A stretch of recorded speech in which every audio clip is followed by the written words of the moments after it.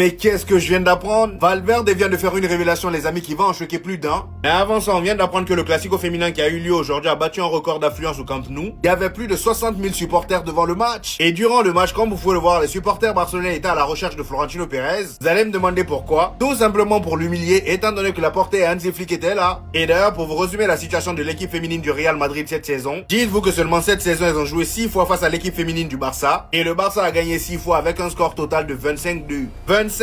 Et aujourd'hui, dans l'émission d'Aurélien Tchouameni The Bridge, on a demandé à Kylian Mbappé quel est selon lui le poste le plus simple au foot. Et ben, il a tout simplement répondu défenseur central. Il dit, moi je pense que c'est défenseur central le plus facile parce que t'es couvert de tous les côtés. Tu peux même jouer à 3. C'est le seul poste où tu vois des joueurs, ils ont 40 ans, ils jouent toujours en Europe, ça joue dans des grands clubs. Les attaquants à 40 ans, ils vont au bûcher. Est-ce qu'il a tort? Non. Et dans une autre interview, les amis, cette fois-ci, c'est Valverde qui se confie. On sait très bien à quel point Valverde, en termes de frappe, il est inégalable. Et bah, regardez la dinguerie qu'il a sorti en interview. Il dit, j'ai déjà blessé un gardien à l'entraînement à cause de mes tirs.